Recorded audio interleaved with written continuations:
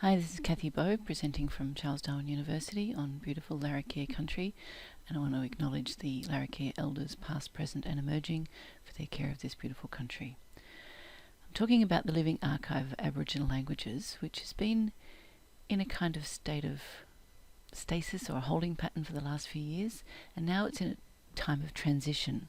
So it's a good time to be looking back at the origins of the project, the contents of the collection, thinking about where we're at now, what we've achieved, the usage, the current status of the archive, looking forward to some possible reimaginings. Is it just a collection of digital artefacts or is it something different? By way of background, the project comes from the history of bilingual education in the Northern Territory, which began in 1974 in certain remote schools where Aboriginal languages were still spoken widely in the community.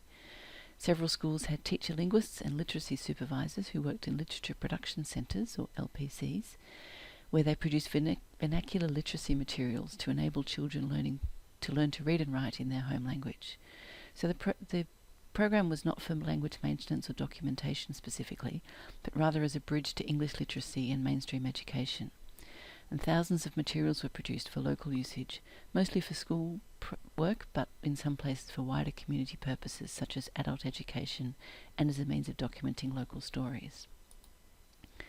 The gradual decline of bilingual education over many years left these materials vulnerable, at risk of being lost, damaged or destroyed. And there was no central repository of items. Some were sent to IATSIS or to national libraries for legal deposit, but only a small portion.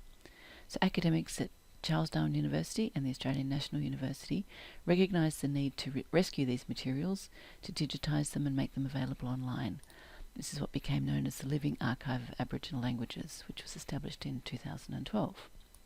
It was funded through the ARC's LEAF program as an infrastructure project. The partners in the first instance were CDU and ANU, but also the Department of Education of the Northern Territory, which was significant as they were responsible for producing the original materials and they held much of the copyright. The second stage was funded in 2014 and added 3 new partners: Bachelor Institute, Northern Territory Library and Catholic Education. So even though it was funded as a research infrastructure largely for academic purposes, the goal was always to make the contents accessible to communities of origin. The materials were collected from the LPCs, from libraries and from private collections, and digitised at CDU and ANU by photographing every page of every book. Whatever metadata was available was used for cataloguing, and there was a range of quality and quantity of the metadata. And all of this was stored on CDU Library's eSpace institutional repository, which gave some sustainability and institutional support. And later we developed a web app for ease of access. And here's a little video we made that's available on our website. It shows some of the features of the site and navigation. And we were keen to make sure the collection was both comprehensive and accessible. So search and browse features suit those familiar with library catalogues, but they're also amenable to those with lower text literacy. You can browse by a language, a place or a person's name. You can search in English or a vernacular word, and there are filters available to limit searches. All the materials are in presentation versions as complete PDFs that can be downloaded and shared. They're also available in preservation versions as high-resolution TIFF files on request. Each item has been through optical character recognition to create a text file, which is stored separately to the PDF, and the cover images make as JPEGs available for easy navigation. And there are links to related items such as alternate versions of books or translations. The contents of the collection are made of materials written and illustrated by people mostly in remote Northern Territory communities. There are stories of ancestral knowledge and life, everyday life and contemporary stories, environmental and cultural knowledge, some translations from English and other languages. You can see there's a mix of different text types, from a single word with a hand-drawn image to quite complex narratives, and the illustrations are a mix of different types. A key feature of the project was our attention to the Indigenous cultural and intellectual property concerns, as well as to the more Western-oriented copyright issues. Under Commonwealth law, the copyright for materials belongs for the most part to the Department of Education, and we had their permission to publish the materials online. While we had no obligation to seek permission from the Indigenous authors and illustrators, we made efforts to ensure their involvement and consent by tracking down as many of the named contributors as possible and asked them to sign a permission form once this program was explained to them. The books that have been granted permission appear on the website under a Creative Commons license, which is not an ideal solution, but it works for us. The materials were only gathered in text form, but in some cases we were able to add audio versions to augment the texts. For a while we explored different ways of combining text, image and audio into an ebook format. There are a few of these in the collection, but potential for more. With funding from the ILA, we created a mobile app for offline access so people could download items to their devices for use when they're not connected to the internet. It's available for iOS and Android. Not currently working terribly well at the moment. We need some more time and funding to investigate that further. Rather than just a collection of books, we also have an accompanying website which gives information about the project, about research papers, information for users such as teachers and linguists, and a blog that includes stories of usage from different users of the material in a variety of contexts. For example, David Moore and Alice Springs took some old Aranda texts and worked with students in the Certificate 3 of Applied Language to translate them and update the spelling in some of the language. There was also a teacher in a school in Darwin who used some of the Creole texts as a diagnostic tool for her Indigenous students for their literacy skills and as a bridge to English. There are other stories of classroom and community use, and we're always looking for more stories to include on the blog. We also share these stories and others on our social media channels. We've got 2,500 Facebook likes and over 1,500 Twitter followers, and so gives us a way to present the archive and its contents in more dynamic ways to maintain attention and visibility. We also made a Twitter bot which posts random selections from the collections as they appear on Trove. Again, this is not currently working. Need to spend some time working out what's going on with that. Currently, the archive contains close to 4,000 books. There's over 1,000 more that are still hidden because we haven't got the right permissions yet. These are from 50 languages in 40 locations, including, as I mentioned, some audio and video. Google Analytics tells us we have about 10 visitors per day on average. So in the last 12 months we've had 3,800, mostly new visitors. These figures have been reasonably constant over the last few years. Google Analytics only gives certain information but doesn't tell us anything about what people are doing on the site and how they're engaging. So in 2018 we set up an online survey. We only got 55 responses and most of the people already engaged with the site, but we got some useful feedback, suggestions for improvement and some testimonials.